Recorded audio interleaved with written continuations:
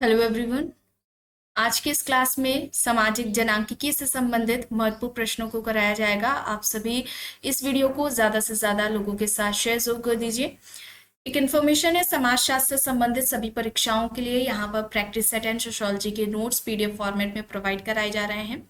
इससे संबंधित जानकारी के लिए यहाँ पर एक व्हाट्सएप नंबर दिया गया है जिस पर आप मैसेज करके पूरी जानकारी ले सकते हैं। नंबर है 790-555-3851। समाजशास्त्र के नोट्स की बात की जाए तो ये नोट्स सभी परीक्षाओं को ध्यान में रखकर तैयार किए गए हैं, सभी परीक्षाओं के लिए उपयोगी हैं। राजस्थान के असिस्टेंट प्रोफेसर एग्जाम के लिए जीएस का जो प्रैक्टिस सेट है वो भी आपको यहाँ पर मिल जाएगा। इसमें टोटल आपको प्रैक्टिस सेट 15 देखने को मिलेंगे। एक फर्स्ट क्लास इसकी एक हो चुकी है कल, एंड ये सेकेंड क्लास है। चलिए यहाँ से शुरू करना है। प्रश्न है, द्विगुणन समय की अवधारणा का संबंध किससे है? द्विगुणन विकल्प है यहाँ पर वित्त के अध्ययन से, जनसंख्या के अध्ययन से, पर्यावरण के अध्ययन से, परजीवी के अध्ययन से।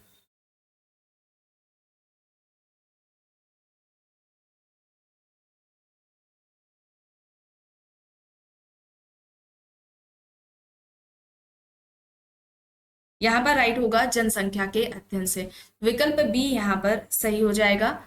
प्रश्न है, माल्थस के अनुसार जनसंख्या आधिक्य के नियंत्रण में अकाल एक उदाहरण प्रस्तुत करता है। विकल्प में निरोधक रोकथाम के द्वारा, नकारात्मक रोकथाम द्वारा, सकारात्मक रोकथाम द्वारा या फिर अस्वस्थ रोकथाम के द्वारा। माल्थस जनांकिकी के जनक हैं या वास्तविक जनक है, इस तरीके से प्रश्न पूछा जाता है तो ये इंपॉर्टेंट है, इसे याद रखिएगा। सामाजिक जनांकिकी, सामाजिक जनांकिकी के जनक या वास्तविक जनक इस तरीके से पूछा जाए तो माल्थस है। ठीक है, माल्थस हैं। और एक प्रश्न पूछा जाता है समस्या प्रधान, ये कल की क्लास में बताया गया है। समस्या प्रधान जनसंख्या के अध्ययन के जनक कौन है? तो यहाँ पर भी माल्थस होंगे। ठीक है, माल्थस होंगे, ये याद रखिएगा। और इनसे संबंधित इन्होंने जो जनसंख्या का सिद्धांत ये किस पुस्तक में दिया है, तो ये बुक भी इनकी इंपॉर्टेंट है, एंड इसे on the principles of population के नाम से है। और ये सभी परीक्षाओं में लगभग पूछा जा चुका है, 1798 में ये आता है। ठीक है, ये इंपॉर्टेंट है, इसे याद रखिएगा। ठीक है, व्यवस्थित विश्लेषण किसने किया था? तो वो जॉन ग्रांट ने किया था। और वास्तविक जनक पूछा जाए तो माल्थस है। समस्या प्रधान जनसंख्या के अध्ययन से कौन संबंधित है? तो यहाँ पर भी माल्थस का ही नाम आएगा। ठीक है, और यहाँ पर क्या होगा, इस प्रश्न का जो सही उत्तर है वो सकारात्मक रोकथाम के द्वारा आएगा। ऑप्शन सी यहाँ पर राइट आंसर हो जाएगा। ठीक है, ऑप्शन सी यहाँ पर राइट है।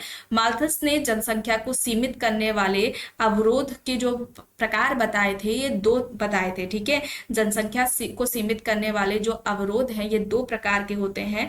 पहला इन्होंने जो बताया है ये कृत्रिम व प्रतिबंधक है। पूछा जा सकता है कि जनसंख्या के नियंत्रण के लिए ये अवरोध, कृत्रिम व प्रतिबंधक अवरोध की बात किसके द्वारा की गई है?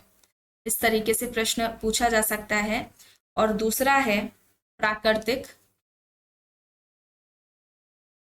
व नैसर्गिक अवरोध।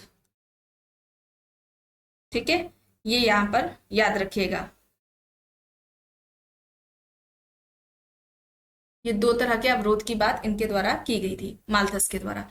अब यहाँ पर देखिए प्रश्न है, आप जनसंख्या का ध्यान रखिए, जनसंख्या अपनी स्वयं देखभाल करेगी, यह नारा विश्व जनसंख्या में दिया गया है जो आयोजित किया गया था बेलग्रेड में, आल्मा भाटा, बुखारेस्ट, काहिरा। यहाँ पर ऑप्शंस हैं।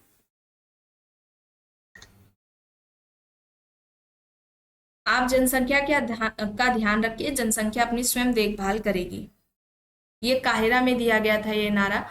यहाँ पर ऑप्शन डी राइट आंसर होगा। प्रश्न है, प्रजनन के निम्न मापों में से किस एक की गणना एक जनगणना के केवल आयु और लिंग के आंकड़ों से की जाती है? ऑप्शंस में है बाल महिला अनुपात, समग्र प्रजनन दर, आशोधित जन्म दर, आयु विशिष्ट प्रजनन दर। प्रजनन के निम्न मापों में से किसी की गणना एक जनगणना के केवल आयु और लिंग के आंकड़ों से की जाती है? यहाँ पर समग्र प्रजनन दर होगा, समग्र प्रजनन दर, ऑप्शन बी यहाँ पर राइट होगा। प्रश्न है, निम्न पर विचार पर मतलब कि बताना है जो कि जनांकिकीय संक्रमण के सिद्धांत में है, सही क्रम में लगाना है। इसका सही क्रम में लगाना है। जनांकिकीय संक्रमण का जो सिद्धांत है या जनसंख्या के संक्रमण का जो सिद्धांत है उसे सही क्रम में लगाना है। तो पहले क्या होगा, उच्च जन्म दर और उच्च मृत्यु दर होगा, फिर उच्च जन्म दर और फिर निम्न मृत्यु दर, और फिर बाद में निम्न जन्म दर और निम्न मृत्यु दर। यहाँ पर ऑप्शन बी होगा। ठीक है, विकल्प बी यहाँ पर राइट आंसर हो जाएगा। ठीक है, ऑप्शन बी यहाँ पर राइट आंसर हो जाएगा। और अगर बात आती है जनांकिकीय संक्रमण या जनसंख्या के संक्रमण का जो सिद्धांत है, ये जो सिद्धांत है ये किसके द्वारा दिया गया है? नोटेस्टीन के द्वारा दिया गया है। ठीक है, नोटेस्टीन के द्वारा दिया गया है। इनका एक लेख है, ठीक है, लेख है, पूछा जाए ये लेख किसके द्वारा दिया गया, ये पुस्तक इस तरीके से पूछ ली जाए तो पॉपुलेशन द लॉन्ग व्यू है। कब आती है? 1945 में आती है, 1945 में प्रकाशित होती है पॉपुलेशन द लॉन्ग व्यू। नोटेस्टीन की है, जनांकिकी संक्रमण का सिद्धांत नोटेस्टीन के द्वारा दिया गया था। चलिए अब यहाँ पर देखिए, जनसांख्यिकी संक्रमण शब्दों की रचना किसने की है? Malthus, Warren S Thompson, Hirschman, M Morgan यहाँ पर ऑप्शंस हैं।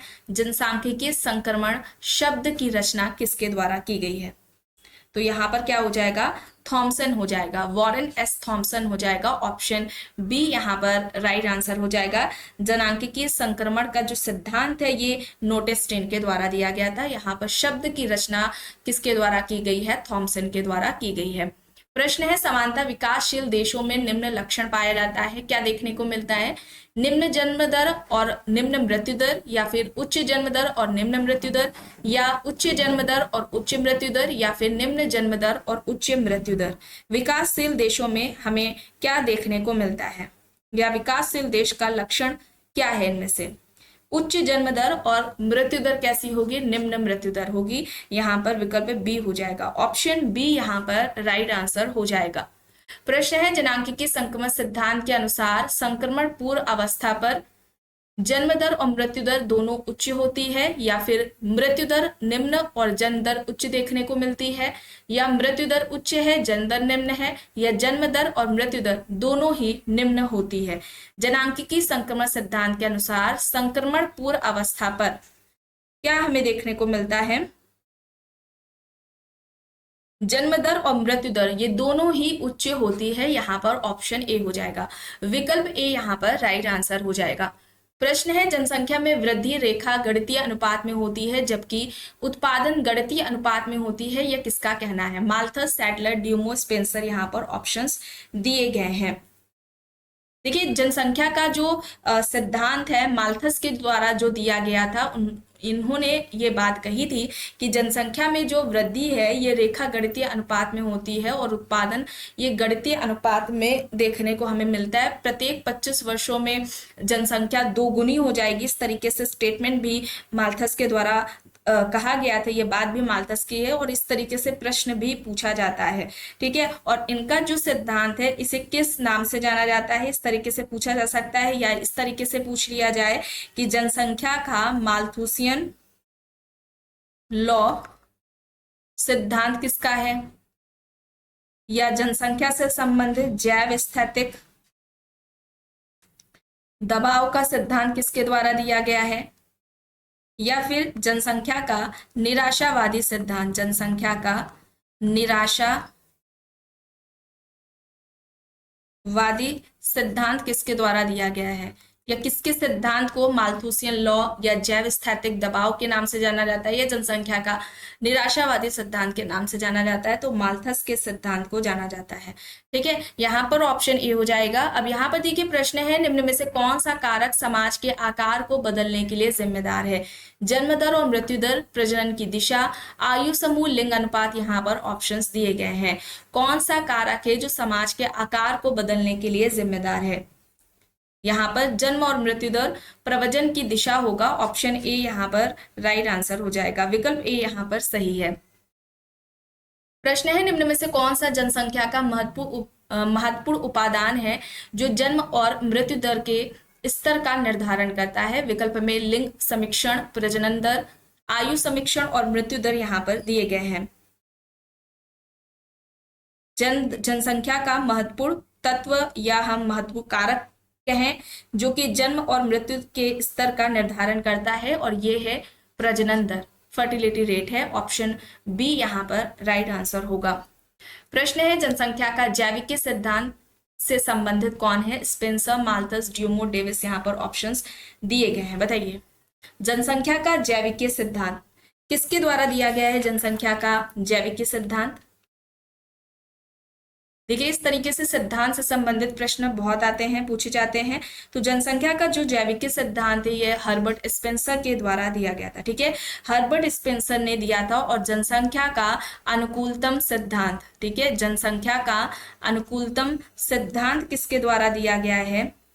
या अनुकूलतम जनसंख्या का सिद्धांत, ठीक है, इस तरीके से भी पूछा जाता है। अनुकूलतम जनसंख्या सिद्धांत ये किसके द्वारा है दिया गया है, या इससे संबंधित कौन है? तो याद रखिएगा डॉल्टन, रॉबिन्स है, कार्ल सैंडर्स हैं। ठीक है, ये हो जाएंगे।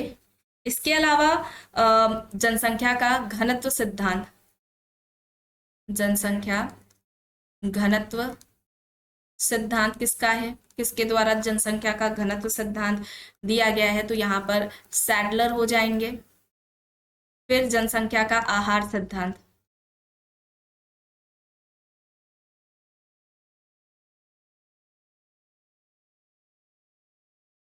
ये डबल डे के द्वारा दिया गया है। डाइट थ्योरी किसकी है?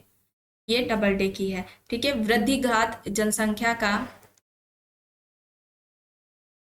वृद्धि घात सिद्धांत ये किसके द्वारा दिया गया है?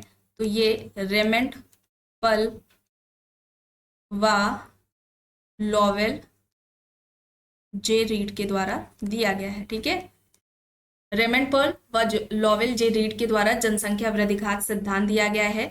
बढ़ती संपन्नता व सुख का सिद्धांत इस तरीके से एक पूछा जाता है, जनसंख्या से संबंधित किसका है? तो ये सिद्धांत बेंट्रो ने दिया है। ठीक है, किसने दिया है? बेंट्रो ने दिया है। ये इंपॉर्टेंट है सिद्धांत जनसंख्या से संबंधित जो आपको यहाँ पर बताए गए हैं, इन्हें अच्छे से याद कर लिए। इस तरीके से सिद्धांत पूछे जाते हैं। तो यहाँ पर क्या होगा? हर्बर्ट स्पेंसर होगा, ऑप्शन ए यहाँ पर राइट होगा। ड्यूमो की बात की जाए, ठीक है, तो ड्यूमो ने सामाजिक केशाकर्षण का सिद्धांत दिया था। सामाजिक केशाकर्षण का सिद्धांत दिया था। और अगर हम जनसंख्या के सिद्धांत की बात करें जो कि माल्थस से संबंधित है, ठीक है, जो कि माल्थस से संबंधित है, इस तरीके से अगर पूछा जाए तो माल्थुसियन लॉ है जनसंख्या का। माल्थुसियन लॉ माल्थस के द्वारा दिया गया। या जनसंख्या से संबंधित जैव स्थिति की दबाव का सिद्धांत है, ये माल्थस का है। जनसंख्या का निराशावादी सिद्धांत माल्थस के द्वारा दिया गया, अभी आपको बताया गया। चलिए अब यहाँ पर देखिए प्रश्न है, निम्न में से कौन सी जनांकिकी प्रक्रिया है? प्रजननता, मृत्यता, अस्वस्थता, धार्मिक संप्रदायों के बीच जनसंख्या का अनुपात। राइट क्या होगा? जनांकिकी प्रक्रिया से संबंधित है। यहाँ पर प्रजननता और मृत्यु दर वाला होगा, ऑप्शन ए यहाँ पर राइट होगा। ठीक है, ऑप्शन ए यहाँ पर सही है। प्रश्न है, निम्न में से कौन सा जनांकिकी प्रक्रिया से संबंधित नहीं है? जन्म और मृत्यु दर, देशांतरण की दिशा, लिंग अनुपात या फिर उपयुक्त सभी।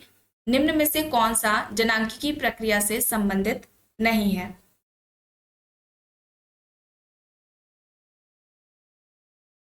राइट आंसर यहाँ पर क्या होगा?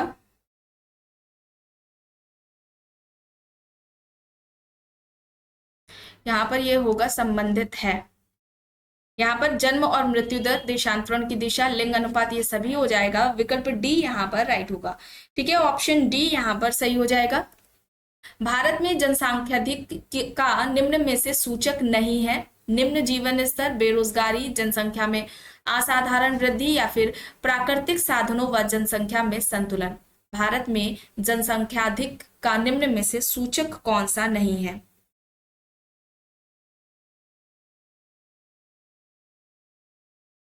यहाँ पर प्राकृतिक साधनों व जनसंख्या में संतुलन ये नहीं होगा। ऑप्शन डी यहाँ पर राइट आंसर हो जाएगा।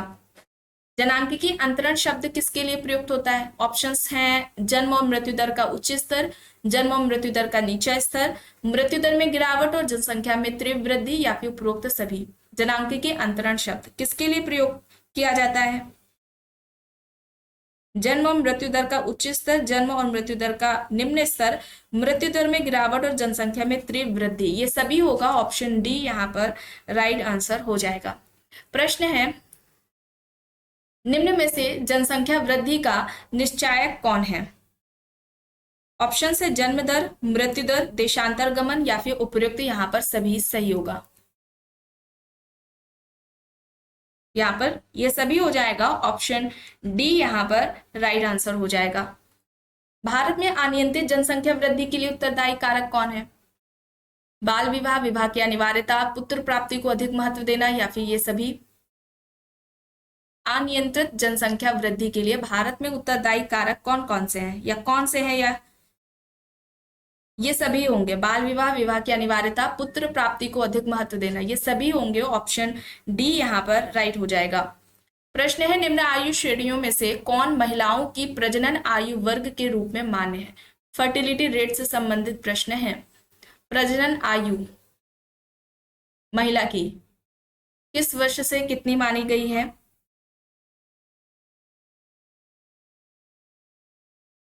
15 से 49 वर्ष की आयु। ठीक है, यहाँ पर ऑप्शन सी होगा। ये आता है प्रश्न परीक्षा में। अब यहाँ पे देखिए प्रश्न है, जनसंख्या के महत्वपूर्ण कारक के रूप में इनमें से कौन है जो जन्म व मृत्यु के स्तर को निर्धारित करता है? मृत्यु दर, प्रजनन दर, आयु घटक, या फिर यौन घटक। जनसंख्या के महत्वपूर्ण कारक के रूप में इनमें से कौन है जो जन्म व मृत्यु के स्तर को निर्धारित करता है?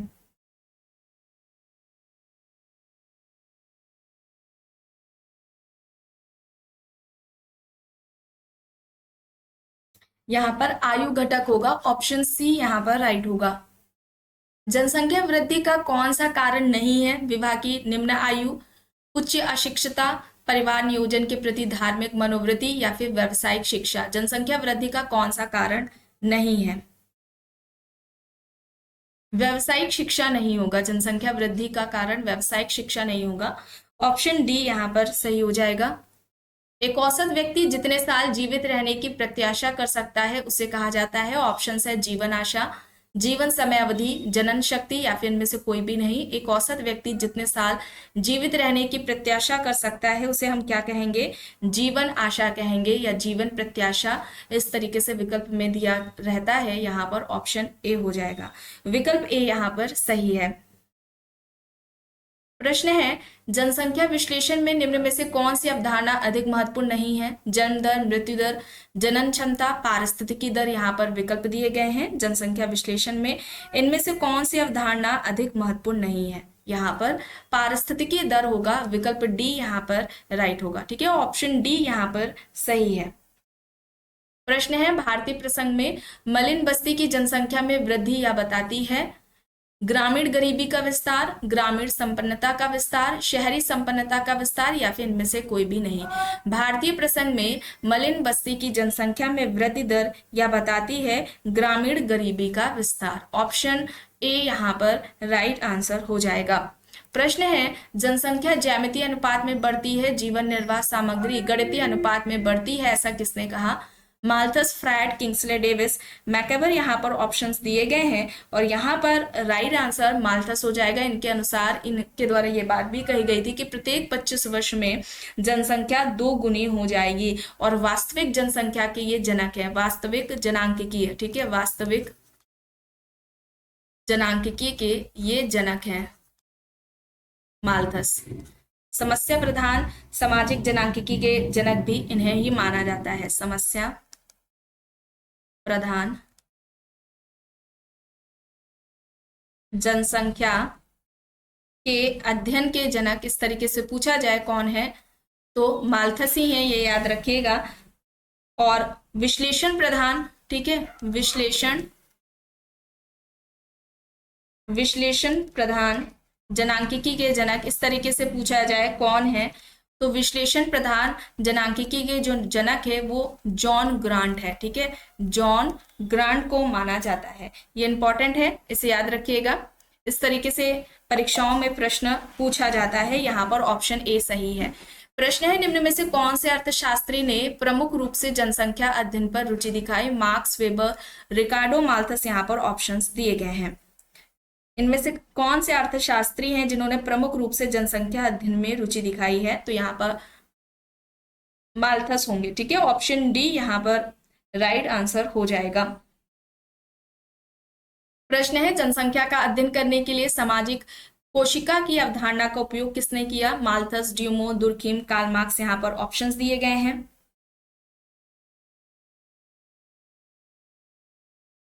राइट आंसर यहाँ पर क्या होगा? सामाजिक जनसंख्या का अध्ययन करने के लिए सामाजिक कोशिका की अवधारणा का प्रयोग किसके द्वारा किया गया है? कोशिका की अवधारणा का प्रयोग। यहाँ पर राइट आंसर क्या हो जाएगा? यहाँ पर ड्यूमो हो जाएगा, ऑप्शन बी यहाँ पर राइट आंसर हो जाएगा। कार्ल मार्क्स की बात की जाए तो कार्ल मार्क्स ने जनसंख्या से संबंधित इनका जो सिद्धांत था ये अतिरिक्त जनसंख्या का सिद्धांत है, ठीक है, अतिरिक्त जनसंख्या का सिद्धांत है। और कार्ल मार्क्स माल्थस के आलोचक थे, ठीक है। इनका कहना था कार्ल मार्क्स का कि माल्थस ने जो जनसंख्या से संबंधित सिद्धांत दिया है उसमें जितने भी बातें कही हैं, विचार दिए हैं, ये सभी विचार दूसरे से चुराए गए हैं। इनमें ये विद्वानों के नाम भी बताते हैं, वॉलेस है इसमें शामिल, फ्रैंकलिन है, जेम्स स्टुअर्ट है, टाउनसेंड है एक। इन सभी के जो विचार है ये माल्थस के द्वारा उनसे लिए गए हैं और अपने सिद्धांतों में दिए गए हैं। उनका स्वयं का कोई भी विचार माल्थस का नहीं रहा है, ठीक है। तो इस तरीके से इन्होंने कार्ल मार्क्स ने आलोचना की है माल्थस के सिद्धांत की। तो आज की इस क्लास में बस इतना ही। आई होप ये आपको पसंद आई होगी। अगर पसंद आई है तो प्लीज लाइक करिएगा, कमेंट करके जरूर बताइएगा। चैनल पर अगर आप नए हैं तो चैनल को भी जरूर सब्सक्राइब कर लीजिएगा एंड इस वीडियो को जितना हो सके ज्यादा से ज्यादा लोगों के साथ शेयर भी जरूर करिएगा।